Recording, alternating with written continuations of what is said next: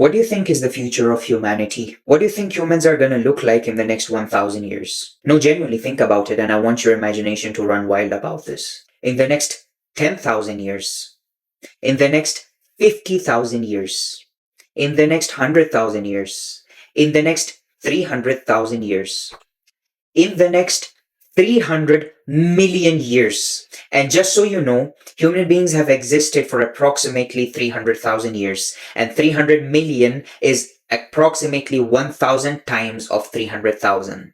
So all of humanity's existence into 1,000 times. That's how much of an enormous time 300 million years is. And they say that the world, the universe in itself is just a billion years old. So what do you think human beings are going to look like when we are a billion-year-old civilization? I mean, if you are an All Tomorrow's fanboy, you're probably thinking about the queue right now, but we're not going in that direction today. So stick with me for this story. I'm asking you all of this because today we're going to read about a short story by a renowned science fiction writer called Edmond Hamilton. The story that we're going to talk about is called The Man Who Evolved.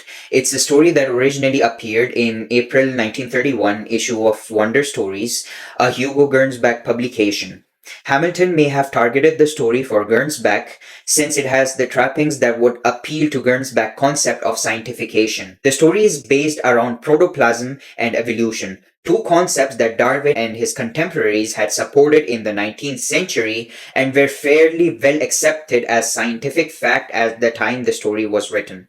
There is also addition of what would have been considered at the time pseudoscience, another Gernsback device. While cosmic rays are the catalyst for the events of the story, in 1931 their effect on evolution were not fully understood.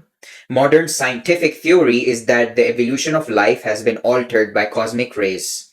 Hamilton used the idea of rays and evolution in his earlier story, Evolution Island. It is the undercurrent of horror, however, which makes the story stand out from the usual Gernsback tales. Now, before the story begins, Edmond Hamilton itself starts the story by a thought-provoking question.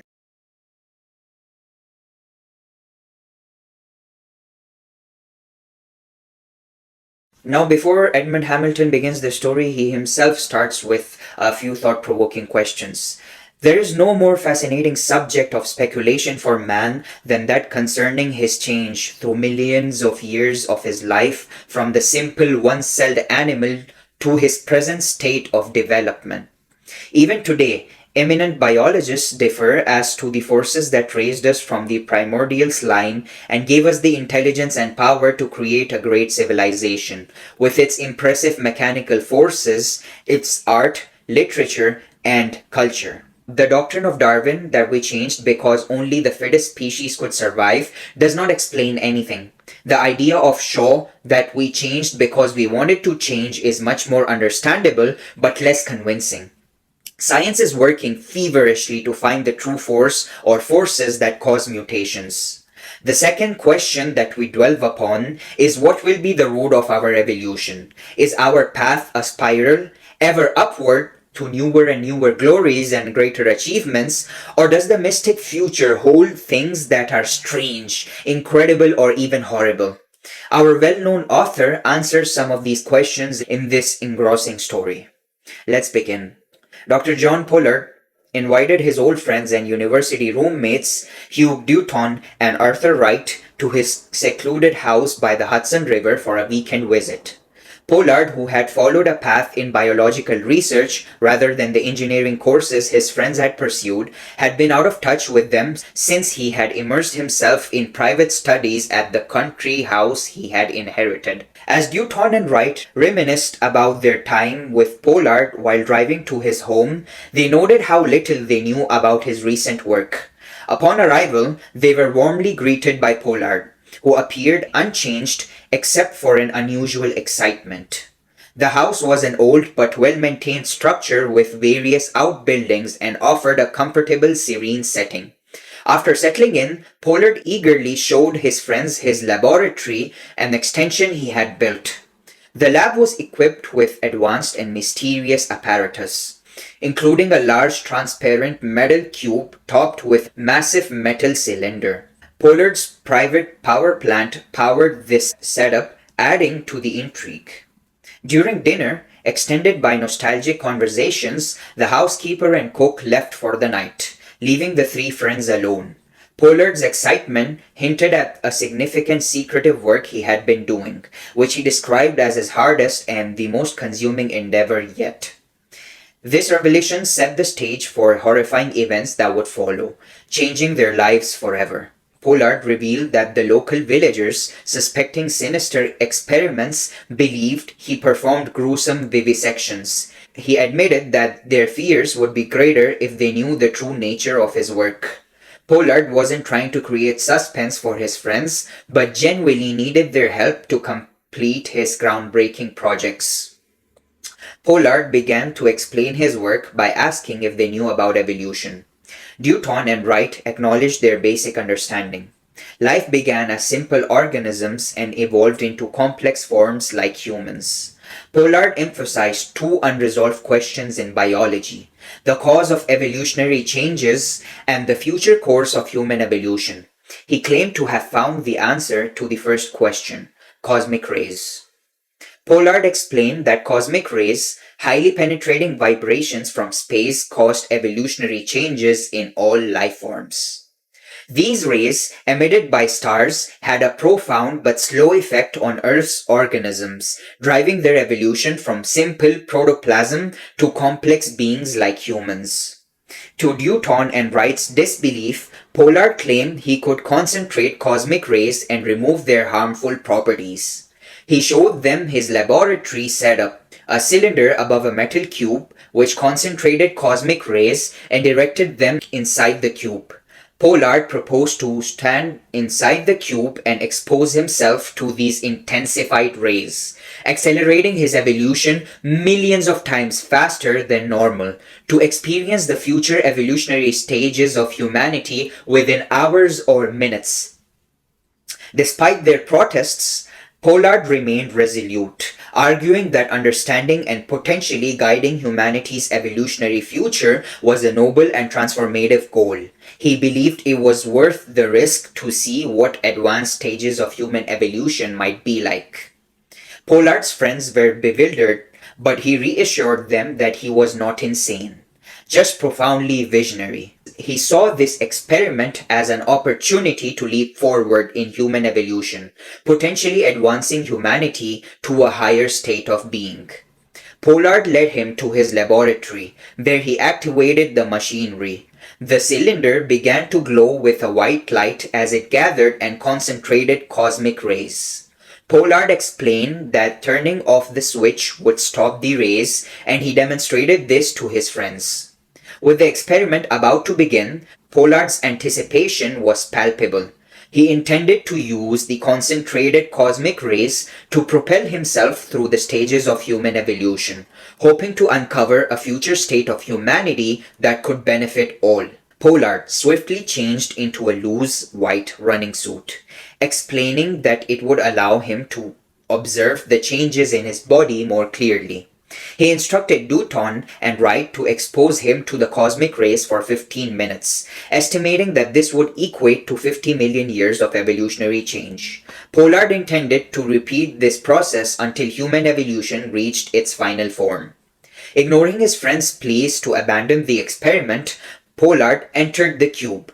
With the switch thrown, the cylinder glowed brightly, enveloping Pollard in a shaft of radiant force. Newton and Wright watched in anxious silence as Pollard's form withered and twisted within the cube. After 15 minutes, Wright shut off the machine. Pollard emerged, staggering and dazed, but profoundly transformed. He was now a towering, godlike figure with immense physical power and beauty beyond human fathomability. I don't know if that's a right word or not. I think I just invented that word on the spot. But anyways, back to the video. His face was marked by a remarkable intellectual brilliance, making him appear far superior to ordinary humans. Pollard, exultant, declared that he was 50 million years ahead in evolution, while Newton and Wright urged him to stop, emphasizing the benefits he could bring to humanity at this stage. Pollard was determined to go further. He believed that even greater evolutionary advancements awaited him. Despite their protests, Pollard re-entered the cube for another 15 minutes. Exposure. The transformation this time was even more startling. Pollard emerged as a shriveled, thin figure with an enormous bulging head. His immense brain overshadowed his weak body, indicating a shift in evolution's focus from physical prowess to intellectual capacity. Pollard's voice, now thin and weak, expressed contempt for his previous, more physically robust form. He viewed his new state as a significant advancement, despite the grotesque appearance. Pollard's lack of human emotions and sentiments horrified his friends, who saw the change as a departure from human semblance. Undeterred, Pollard demanded the rays to be turned on again, threatening to kill Newton and Wright if they refused. He dismissed their friendship as a primitive emotion, revealing the profound changes in his perception and priorities. Pollard's eyes blazed as he ordered them to activate the rays again, and almost involuntarily they complied. The glowing force once more concealed him, and for the next 15 minutes, Newton and Arthur were paralyzed by horror and awe. When the mechanism was finally shut off, both of the friends who were with Pollard were paralyzed by horror and awe. The transformation was even more shocking than before. Pollard had turned into an enormous, hairless head, nearly a yard in diameter, perched on tiny legs with mere hands protruding below. His eyes were now vast saucers, while his ears, nose, and mouth were reduced to mere pinholes. As he stepped out of the chamber on his absurdly small limbs, his voice, now a faint piping, exuded pride. "You tried to prevent me from advancing, but behold what I have become. To you, I must seem monstrous. Yet you and your kind are as insignificant to me as worms are to you." The friends reconciled in horror. "Pollard, you've made yourself a monster," they cried. He dismissed the name Pollard, asserting that he was no longer the same being. "I am so far beyond you now in evolution that you cannot comprehend my powers. With my colossal brain, I will dominate this planet, turning it into a vast laboratory for my experiments." The friends pleaded with him to remember his initial goal of benefiting humanity, but he scoffed. "Benefiting humanity, you ask? Do you think of benefiting the animals you dominate? You transcended such foolish ambitions." To demonstrate his newfound abilities, he mixed a few compounds in a mortar, producing a puff of green smoke and a lump of pure gold. His grotesque figure declared, "Transforming elements is trivial for me. I can destroy all life on Earth, construct telescopes to observe distant galaxies, and send my mind forth to contact other minds." The friends were desperate. Deep inside their mind, they were willing to kill Pollard at this point to prevent his monstrous rule. Yet as they moved towards him, his eyes commanded them to halt, and they found themselves retreating against their own will. Desperation gave birth to a risky idea. "Pollard, if you stop now, you will never know the full extent of future evolution," the friends said to him. He considered this and agreed to undergo another session, warning that he could still read their thoughts and he would kill them if they attempted anything stupid. For another excruciating 15 minutes, the rays bombarded Pollard. When they ceased, the being inside the chamber had changed completely. The huge head had further evolved into a great, grey, wrinkled mass supported by muscular tentacles with only small eyes remaining as recognizable features. A thought, clear as speech, entered the friends' minds from the grey-head thing. "I am now a walking, seeing brain, destined to be the future of humanity. My mind has soared beyond any desire to rule or harm you. I seek knowledge and power unimaginable to you." Luton's hysterical laughter and sobbing mirrored Arthur's mental collapse. The friends were too shocked to say anything. "Pollard, they whispered in disbelief. But the being that had once been Pollard dismissed the name. I have journeyed far along the path of human evolution. Now activate the rays once more. I believe I am nearing the final mutation. Numbly, the friends switched on the machine again because they knew there was no point in arguing. The final minutes felt like an eternity. When they finally shut it off, the figure in the chamber was revealed, and the horror of what Pollard had become drove Dutton to madness and left him teetering on the brink of sanity. It was a great brain. A grey limp mass, 4 feet across, in the chamber, its surface ridged and wrinkled by innumerable fine convolutions. There were no features or limbs of any kind. It was simply a huge brain with its only visible sign of life being a slow twitching movement. From it, thoughts beat strongly into the friends' horror-weighted minds. You see me now, a great brain only, just as all men will be far in the future. Yes, you might have known. I might have known when I was like you. This would be the course of human evolution. That the brain, which alone gives man dominance, would develop, and the body, which hampers that brain, would atrophy until he would have developed into pure brain, as now I am. I have no features, no senses that I could describe to you. Yet I can realize the universe infinitely better than you can with your elementary senses.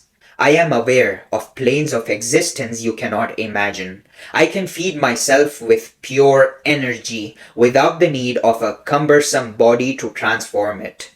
And I can move and act despite my lack of limbs, by means and with a speed and power utterly beyond your comprehension. If you still fear the threats I made 2 stages back against your world and your race, banish them.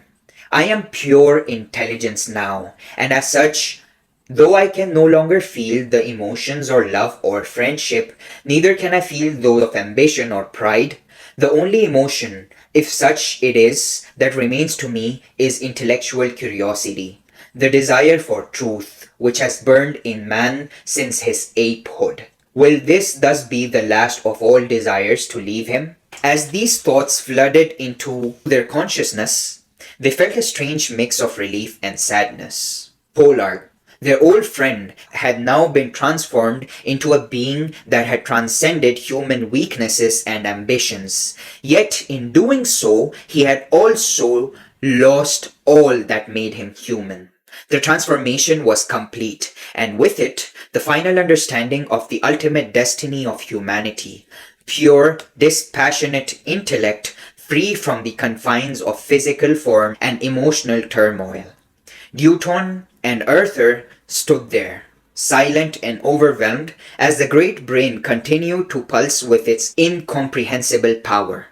The laboratory, once a place of scientific exploration and human endeavor, now felt like a shrine to an unknown future.